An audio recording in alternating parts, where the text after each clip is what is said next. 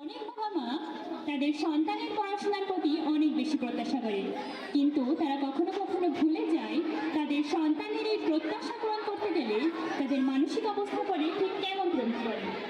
আজ আমি সেই বিষয়ে একটি কবিতা আবৃত্তি করব। টিউটোরিয়াল লিখেছেন কবি জয় গোস্বামী। তোমাকে পেতেই হবে শতকরা অন্তত 90 বা 90 এর বেশি। তোমাকে হতেই হবে একদম প্রথম, তার বদলে মাত্র 85। 5টা নম্বর কম কেন? কেন কম? এই জন্য রোজ মুখে রক্ত তুলে খেতে আসি। এই জন্য তোমার মা কাঁধ ধরে উঠে সব কাজকর্ম সেরে ছোটবেলা থেকে যেটা তোমাকে স্কুলে পৌঁছে দিতে। হাড় ভাঙা রোদ্দুরে কিংবা প্যাচপ্যাচে বর্ষায় সারা দিন বসে থাকতে পারে রোয়াকে কিংবা পার্কের বেঞ্চিতে। তারপর ছুটি হতে ভিড় বাজাতে মিনি বাস ছেড়ে অটোওয়ালাদের ওই খারাপ মেজাজ সহ্য করে বাড়ি এসে না হাঁপিয়ে আবার তোমার পড়া নিয়ে বসে পড়ো তো, যতক্ষণ না আমি বাড়ি এসে তোমার হোম টাস্ক দেখছি।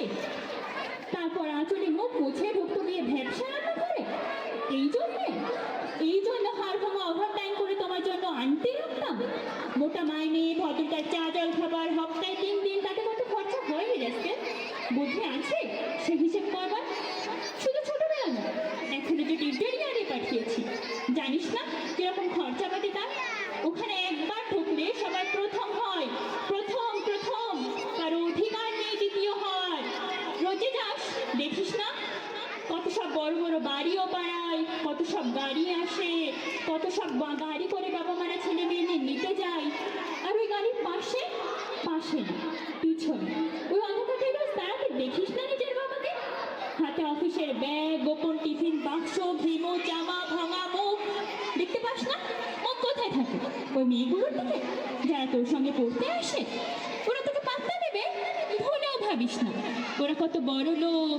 তোকে পাত্তা পেতে হলে থাকতে হবে বিদেশে, ফরেনে, এনআরআই হতে হবে, এনআরআই এনআরআই, তবেই ম্যাজিক দেখবি।